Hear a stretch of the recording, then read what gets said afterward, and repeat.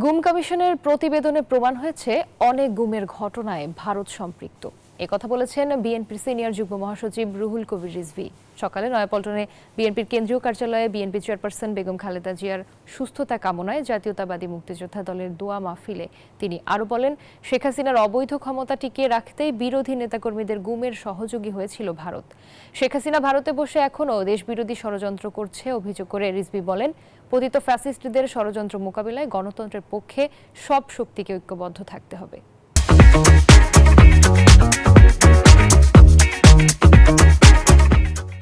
Sheikh Hasina vote করে জেতাটা বড় ব্যাপার ছিল না, যে পার্টির নমিনেশন পাওয়াটাই বড় ব্যাপার। কারণ পার্টির নমিনেশন পেলেই তো সে জিতে যাবে।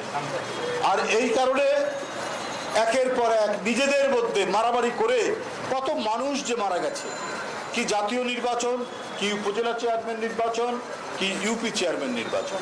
কারণ এইটার সাথে অনেক অর্থবিত্তের যোগ আছে, অনেক ভূমি দখলের যোগ আছে, একবার এমপি উপজেলা চেয়ারম্যান। এই কালচারটা শেখ হাসিনা তৈরি করেছিলেন।